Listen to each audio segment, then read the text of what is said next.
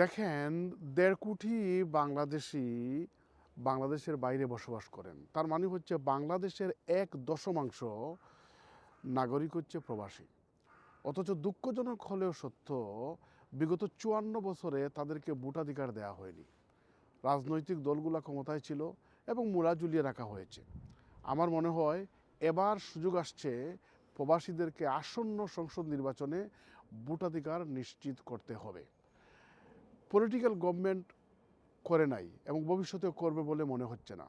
এই সুযোগে যদি আমরা এটা নিশ্চিত করতে না পারি, তাহলে আমাদের জীবদ্দশায় সম্ভবত প্রবাসীরা ভোটের অধিকার পাবেন না। ভোটের অধিকার প্রবাসীদেরকে দিতে অসুবিধা কী? ৫৪ বছর আপনারা শুধুমাত্র রেমিটেন্স চাইলেন, অথচ ভোট দেওয়ার অধিকার হচ্ছে একটা নাগরিকের ন্যূনতম মৌলিক এবং সাংবিধানিক অধিকার। এই অধিকারটুকু নিশ্চিত করতে অসুবিধা কী? আমি বাংলাদেশে ডিসেম্বরে ছিলাম এবং সেখানে নির্বাচন সংস্কার কমিশনের প্রধান এবং পুরো টিমের সাথে আমরা মত বিনিময় করেছি। তারা ইতিবাচক প্রবাসীদেরকে ভোটের অধিকার দেওয়ার জন্য। ইভেন আমার জানা মতে নির্বাচন কমিশনও ইতিবাচক। তাহলে সমস্যা কী? শুধুমাত্র সদিচ্ছা এবং এই সদিচ্ছা বাস্তবায়নের জন্য লোকবল, এক্সপার্ট এবং রিসোর্স ডাইভার্ট করা, এছাড়া তো কোনো অসুবিধা হওয়ার কথা নয়। দেখেন, হাইকোর্টে ১৯৯০ সালে ৯০ দশকে হাইকোর্টে প্রবাসীদের ভোটাধিকার নিয়ে একটা মামলা হয়েছিল। একজন বিচারপতি ইতিবাচক রায় দিয়েছেন প্রবাসীদের ভোটাধিকারের ব্যাপারে। উনি হাইকোর্ট থেকে প্রমোশন পেয়ে আপিল বিভাগের বিচারপতি হলেন।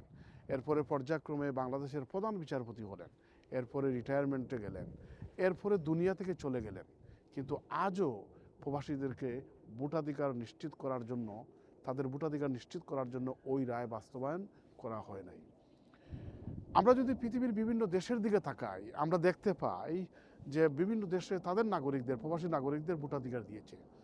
তুরস্ক ফর এক্সাম্পল, তুরস্কের গত প্রেসিডেন্ট ইলেকশনে তাদের প্রবাসীদের ভোট ছিল ডিসাইসিভ ফ্যাক্টর।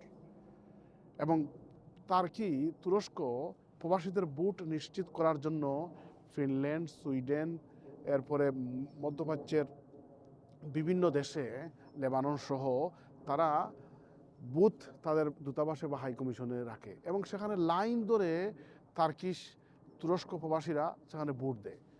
তুরস্ক যদি করতে পারে, তাহলে বাংলাদেশ কেন করতে পারবে না? আমি তো কোনো কারণ দেখি না। শুধু তুরস্ক নয়, আমাদের এই পার্শ্ববর্তী দেশ ফ্রান্সে, সেখানে শুধু প্রবাসীরা ফ্রান্সের ভোট দিতে পারে এমন না, সেখানে পার্লামেন্টে ১১ জন এমপি নির্বাচিত হন ফ্রান্সের প্রবাসী দ্বারা। এবং আস্থা পৃথিবীকে তারা ১১টা কনস্টিটিউয়েন্সি বা নির্বাচনী এলাকায় ভাগ করে রাখা হয়েছে। ৩ নম্বর কনস্টিটিউয়েন্সির আওতায় হচ্ছে এই যুক্তরাজ্য। তো তারা সেখানে পার্লামেন্টে ১১ জন সদস্য তারা নির্বাচিত করে ফ্রান্সের প্রবাসীরা। আমরা তো সেটা চাচ্ছি না। আমরা চাচ্ছি একেবারে ন্যূনতম অধিকার, ভোটাধিকার। আমরা ভোট যেন প্রয়োগ করতে পারি এবং এটা যদি তাদের ইচ্ছা থাকে, বাস্তবায়ন করা কোনো সম্ভবই না। আপনাকে দক্ষ রাইট পিপুলকে এমপ্লয় করতে হবে। ঢাকা আন্তর্জাতিক বিমানবন্দরে এখনও দেখি আমরা গেলে যে ইমিগ্রেশন স্বার্থে এবং লাগেজ কালেকশন করতে ঘন্টার পর ঘন্টা লাইনে দাঁড়িয়ে থাকতে হয়। অথচ বাংলাদেশের ঢাকা আন্তর্জাতিক বিমানবন্দরের চেয়েও আরও ব্যস্ত বিমানবন্দর সিঙ্গাপুর আন্তর্জাতিক বিমানবন্দর, হংকং আন্তর্জাতিক বিমানবন্দর। আমি সম্প্রতি সফর করেছি। ওখানে বাংলাদেশের চেয়েও কয়েক গুণ ব্যস্ত থাকার পরেও কয়েক মিনিটের ভিতরে ইমিগ্রেশন এবং লাগেজ কালেকশন করে বের হওয়া যদি যায়, তাহলে বাংলাদেশে কেন পারবে না? এজন্য দক্ষ লোকবল, এক্সপার্ট যদি বাংলাদেশে না থাকে, তাহলে আপনি আউটসোর্সিং করেন। বাংলাদেশের বাইরে বাংলাদেশি প্রবাসীরা অনেক ফিল্ডে এক্সপার্ট আছে, তাদেরকে নিয়ে কাজে লাগান। তারা দেখবেন যে সুন্দর করে এই জিনিসটা করে দিতে পারবে।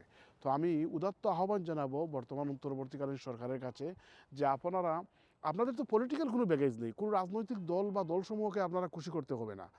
আপনারা এই ১/১০ নাগরিক বাংলাদেশের, তাদের ভোটাধিকার আসন্ন নির্বাচনে আপনারা নিশ্চিত করেন।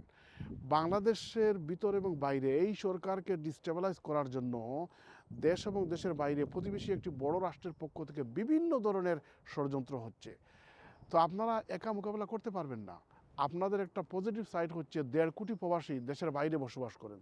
তাদেরকে ভোটাধিকার নিশ্চিত করার মাধ্যমে দেশের প্রতি সম্পৃক্ত করেন, দেশের প্রতি এঙ্গেজ করেন।